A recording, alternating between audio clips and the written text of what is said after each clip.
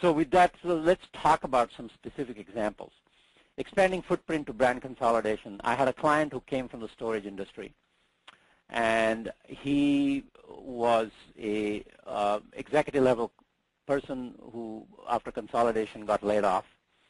And he said, Dilip, the market is so tough, I don't think I can continue to be in this executive position. I'm willing to go at a level or 2 levels below where I am because I just need to get a job. I said, no, we're not going to do that. We're going to go a level up. It doesn't matter where the market is. So what we decided to do, we targeted 3 companies. I won't name them, but these are Fortune 50 companies.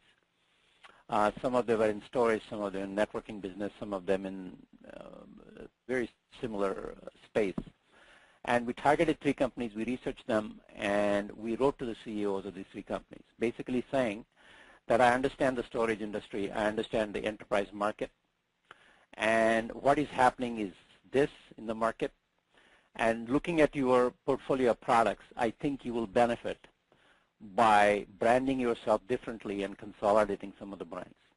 And this is how I would do it for you. And this is what I think you can save if we did it in the next 6 to 12 months. And all 3 companies responded. One of them liked what the candidate said, but they couldn't shake the budget loose to hire him.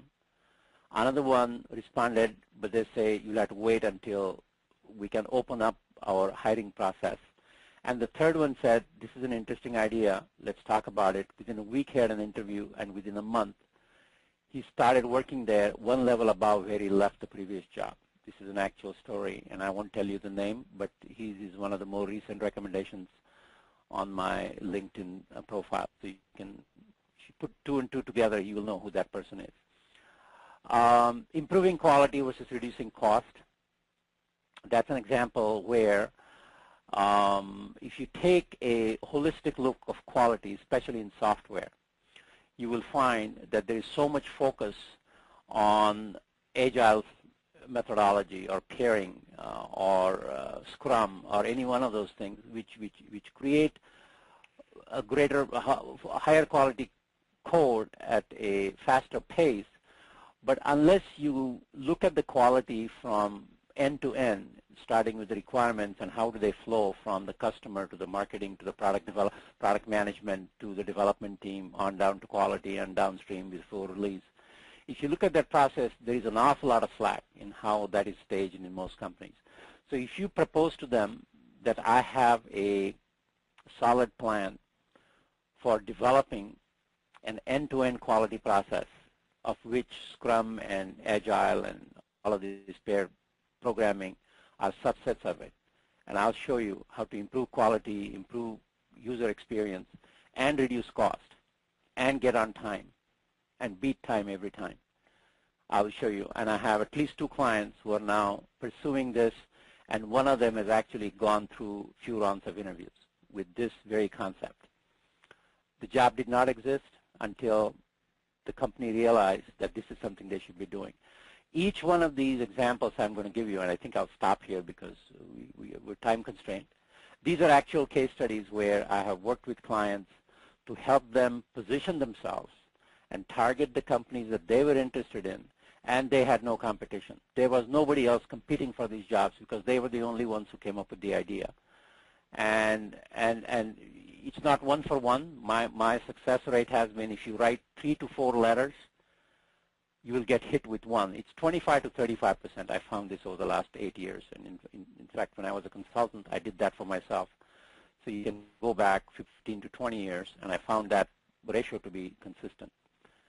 Roughly every 3rd or 4th letter, if it's articulate, if it addresses the issues the company faces as you research them, and send it up at least 2 levels above where the hiring occurs or to the CEO. The success rate, I'm not saying you get hired, but the success rate, getting in front of people that say, this is interesting, we want to talk to you, that success rate is 25 to 35%, which is huge compared to spray and pray or shotgun or anything else you do. Okay, so I can leave some of those to questions. We have questions and answers at the end. So if you have specific questions, I don't want to elaborate this, but I basically made my case of preemption through presenting you this kind of how to benefit from the shift and how to identify where the opportunities are when you know what the shifting fulcrum is. Okay, Chani, the next one, please. So all of that brings me to the concept of what I started in the beginning, which is how do you create a message that is forward-looking, that's tomorrow. And that's one of the hardest things for most people that they struggle with. And so having done this, I've evolved this over the years, and each time I learned something, I tightened up the algorithm of how to create the best verbal brand for you. This is my current paradigm of how I do resumes. And I prefer to call it an inductive resume. It's forward-looking. So the career objective is what you want to do tomorrow. And you need to be very specific about what it is that you want to do. In comparison, when you start with a summary at the top that basically says, I have no clue what I want to do. You figure out what I can do for you, but I can't tell you what I want to do. That's the message you're sending when you start your resume with a summary. But when you say a career objective that's specific to your target, that says, this is what I want to do for you, and this is why you should read my resume, those 2 or 3 lines at the top will anchor your entire message to tomorrow. And this is where you need to kind of focus on what you want to do tomorrow. The second part of the resume is leadership profile, which is 3 or 4 lines, 5 lines at the most, right below the career objective, that extracts from your history only those elements that support what you want to do tomorrow. So if what you did in the past doesn't support what you claim you want to do tomorrow, that doesn't belong in this, in the top. I call it above the fold in the newspaper language. It doesn't belong in above the fold. So you need to kind of very carefully pair out those items that don't support the anchored career objective. The third part is unique skills, which is what I call your genius portfolio, and which is what you bring to the party today. And that is derived from the aha stories that you create about your accomplishments in all the past work that you've done. Now, most people write bullets in their resumes that read like factual statements: increased sales 10%, reduced defect rates 3%, improved productivity by 8%. I mean, these are the kind of bullets that they write, but they completely lack context. So I have no idea when you say I increased productivity 8%, I'm sitting here asking, why didn't you increase it 10%? Or why couldn't you do it 20%? Because it completely lacks context.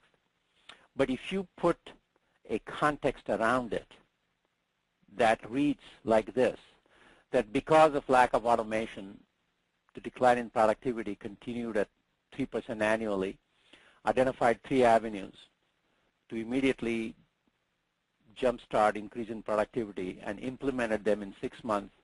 And at the end of the first year, the productivity jumped from -3% to +5%, 8% increase.